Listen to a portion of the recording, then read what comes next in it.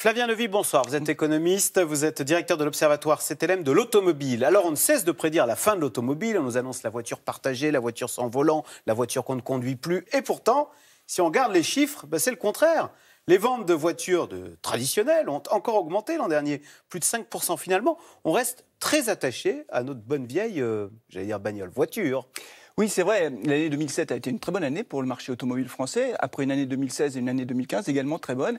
Et avec 2 100 000 voitures vendues, on est très nettement au-dessus de notre moyenne qui, sur ces 20 dernières années, tourne autour de 2 40 000. Donc les Français restent effectivement très attachés à leur voiture individuelle et elle est incontournable dans les déplacements du quotidien. Alors c'est vrai que dans les grandes métropoles, il y a beaucoup de transports alternatifs, les transports en commun, voitures partagées, etc.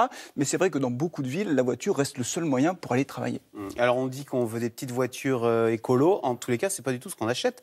Le secteur qui a la cote, ce sont pas les 4x4, mais ce sont des faux 4x4, ce sont des grosses voitures. Oui, ce sont les crossovers et les SUV qui représentent pratiquement 30% du marché. Et c'est vrai qu'il y a une quinzaine d'années... Ça n'existait pas. Ça n'existait pas. Et les 4x4, les vrais 4x4 étaient très stigmatisés. Et on expliquait que les grosses voitures n'avaient plus leur place dans les villes. Et c'est vrai qu'aujourd'hui, elles cartonnent. Alors, le grand changement, quand même, en 2017, c'est la chute du diesel, qui représentait les 3/4 des ventes. Et maintenant, on est tombé sous la barre des 50%, 47% des ventes. C'est de leur plus bas niveau depuis plus de 15 ans. Qu'est-ce qui s'est passé? Alors, c'est vraiment le diesel qui est passé de mode? En réalité, il y a eu des messages un peu contradictoires envoyés par les pouvoirs publics. Il faut rappeler qu'il y a 10 ans, le Grenelle de l'environnement décide qu'il faut inciter les Français à rouler dans des voitures qui émettent le moins de CO2 pour lutter contre le changement climatique. Et donc, l'État met un bonus qui incite les Français à acheter des petites voitures diesel. Et c'est Parce que le diesel consomme peu de carburant, et comme il consomme peu, il rejette peu de CO2. Mais il rejette des particules fines qui rentrent dans les bronches. Oui, mais alors avec les dernières normes, les normes Euro 6, qui sont des normes européennes, aujourd'hui, un véhicule diesel qui sort d'une usine, aujourd'hui, en 2017, émet aussi peu de particules fines qu'un véhicule essence. Est-ce que c'est audible, ce discours? Est-ce que c'est pas ce qui explique la chute des ventes diesel? Non, alors, c'est pas audible suite au Dieselgate, ça c'est très clair. Par contre, ce qui explique la chute des ventes diesel, c'est que les particuliers savent que les prix de l'essence et du diesel vont être harmonisés, et donc ils anticipent finalement cette harmonisation parce qu'ils se disent que quand ils revendront leur véhicule diesel dans 4 ou 5 ans, ce sera plus difficile. Et donc il y a une espèce d'anticipation qui se passe aujourd'hui et c'est pour ça qu'on est sous les 50%. Vous parlez du Dieselgate. Volkswagen n'a apparemment pas souffert de ce Dieselgate. Les ventes n'ont pas baissé l'an dernier. Ça veut dire que la marque n'est pas abîmée par toute cette affaire? Alors ce scandale a touché Volkswagen, mais c'est vrai qu'on a interrogé les automobilistes pour savoir justement comment ils le percevaient. Ils disent qu'effectivement, ils ont une mauvaise image d'un constructeur qui triche, mais ils ont le sentiment que tous les constructeurs trichent plus ou moins, donc ils relativisent un petit peu. Et puis surtout dans les critères d'achat, ce qui est le plus important, les 3 critères, c'est d'abord le prix, ensuite c'est la fiabilité du modèle et c'est le design. C'est vrai que les critères environnementaux arrivent très loin derrière et donc ça peut expliquer pourquoi finalement Volkswagen a bien résisté à ce scandale. À vous écouter, il y a une dichotomie quand même entre un discours écolo et la réalité de ce qu'on fait en matière automobile. Non, mais vous pouvez le dire. En tout cas, sur le plan environnemental, c'est très clair. Les automobilistes, eux, ce qu'ils regardent quand ils achètent une voiture, c'est pas de savoir si elle émet. C'est le vroom vroom. Oui, en tout cas, c'est le design, c'est très important et c'est pour ça que les crossovers et les SUV marchent bien. Mais la dimension environnementale est peu prise en compte pour le moment. Nos deux Français, Peugeot, PSA. Et Renault, comment se porte-t-il? Ils vont très bien. Ils vont très bien. Il faut rappeler que PSA a connu une période très difficile en 2012. Aujourd'hui, ils profitent finalement du rebond du marché français, mais plus encore du rebond du marché européen. Il faut rappeler quand même que ce sont des constructeurs qui sont de taille mondiale. Ils sont dans le top 10 mondial. Et la bonne santé, même mondiale, du marché automobile, en 2017, on va encore battre un nouveau record de vente de voitures neuves dans le monde, profite à nos deux constructeurs. Et c'est une bonne nouvelle parce que l'industrie automobile en France, elle est très structurante pour notre économie.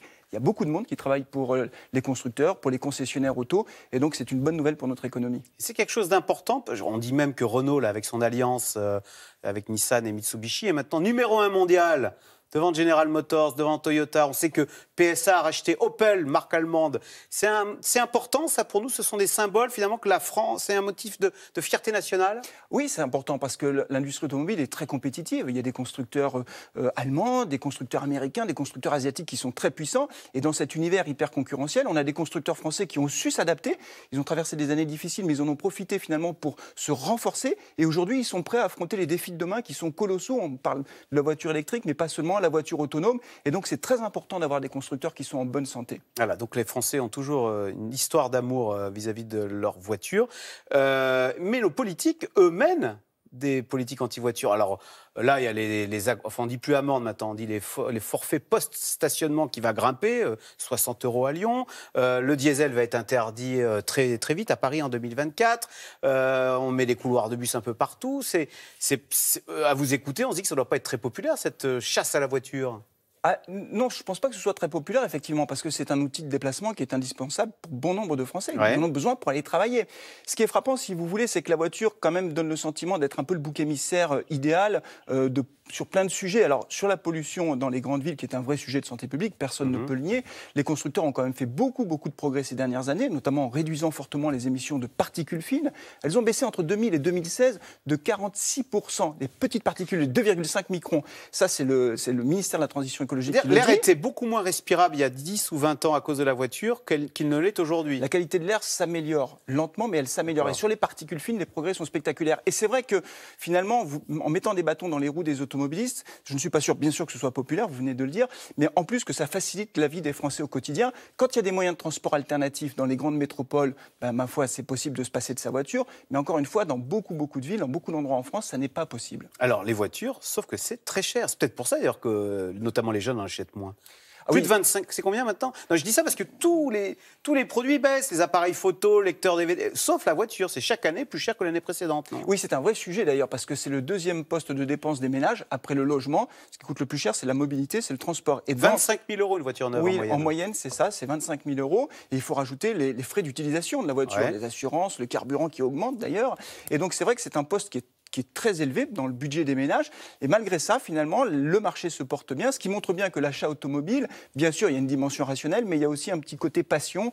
Et les Français aussi se font plaisir en achetant leur voiture. Sauf que, alors, est-ce que la vraie révolution, j'allais dire, c'est pas Renault avec le low cost, dont les ventes ont pas mal progressé encore l'an dernier. La marque Dacia a fait 6,5%. Dacia, c'est le seul constructeur qui est positionné sur ce segment low cost. C'est vraiment la vraie révolution de ces dernières années.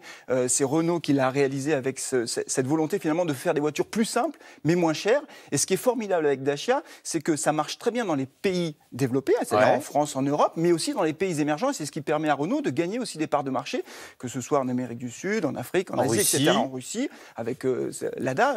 Mais donc ça veut dire que ça marche très bien. Et en plus, c'est une marque qui est rentable pour le constructeur aux losanges, la marque aux losanges. Donc c'est vraiment une bonne affaire pour Renault. Voilà, parce que ça représente un tiers des ventes de Renault maintenant, les ventes à bas coût. C'est tout à fait considérable. Alors que Renault, on dit souvent qu'il a été en avance sur la voiture électrique. On se rend compte que surtout, il a été en avance sur la voiture à bas coût.